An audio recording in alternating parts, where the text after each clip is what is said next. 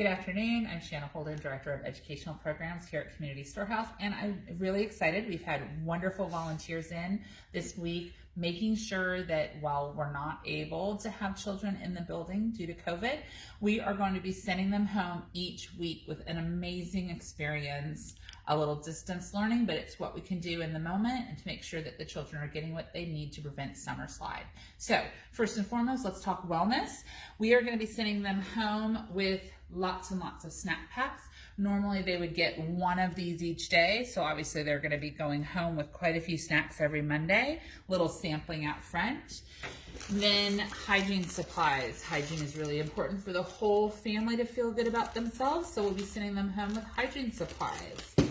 And then my department, the education side of things, and one of the things that I wanted to do was to make sure that even though it's summer and might not be as fun as coming here and seeing me every day, the kids get some fun challenges. So this is a party challenge. The children are being tasked with planning a party for their family or a friend. And so basically I did a party challenge outlining what an unbirthday party would be, or a summer celebration party. And I gave them some cheap and fun party ideas. So part of this activity that's so important is getting kids to plan, to think ahead, to put things in order of importance, and to delegate responsibilities to other members of their family they might bring in as part of their team, their party planning team, as well as what needs to be done first. What snacks, what activities you're gonna have, what food you're gonna have. And in here are paper plates, stuff to make cake or cupcakes, frosting, and then some really fun, inexpensive party ideas. An example, a dance party. Everyone brings a favorite dance song and their best moves. Another one, have a conga line, whether indoors or outdoors. So that's a new one, and there are about 20 different ideas for kiddos to choose from here, or they can be really imaginative and do their own. Every Monday, kids are going to get an activity pack.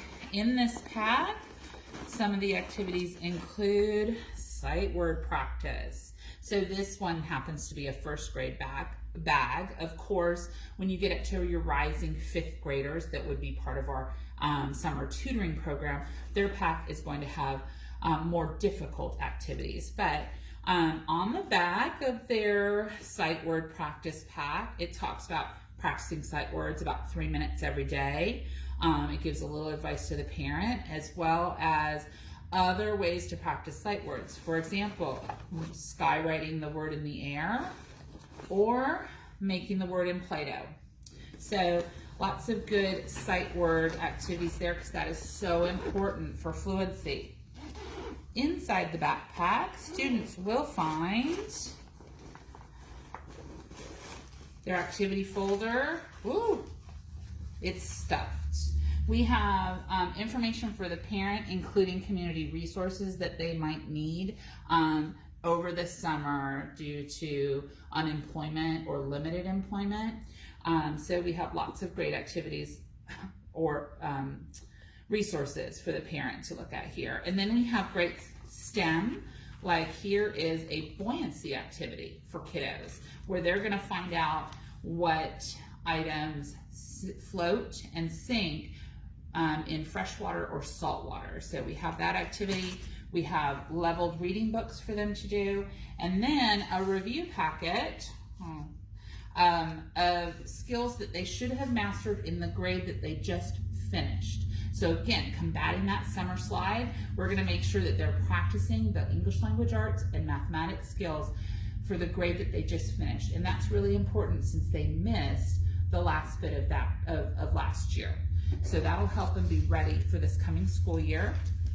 Also, we've had wonderful teen volunteers coming in and doing amazing YouTube videos. For example, they did this activity. They did a whole cute video about it for the kids to tune in and watch along. So we're not just leaving them floundering. They can go to the YouTube channel and they can check it out and follow along and have all the materials here in their bag. Mystery Design Challenge. This bag is full of goodies. The kids open it up. There's a little card inside, and it has a challenge in it. For example, you're walking through the woods to gather nature materials, but you forgot to bring a container to put them in. Use the items in your mystery bag to build a container to gather nature materials. And there's a variety, and each week they'll get a different mystery bag, different items in the bag, and a different challenge card. Of course, school supplies. You got your crayons, your markers, your pencils, your erasers. We also, being safe, we're making sure every kiddo gets at least 2 masks. 3 masks. They're getting books to read to build that home library. They're allowed to keep these. If they don't want them, they can return them, but they're allowed to keep these and build their home library.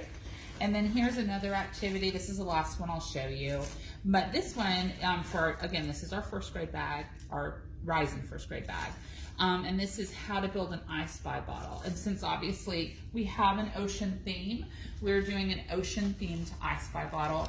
And my idea for this is twofold. One, I find those I Spy books really, really relaxing. And so I thought this is an activity that kids can do and then kind of relax and play with it at their leisure.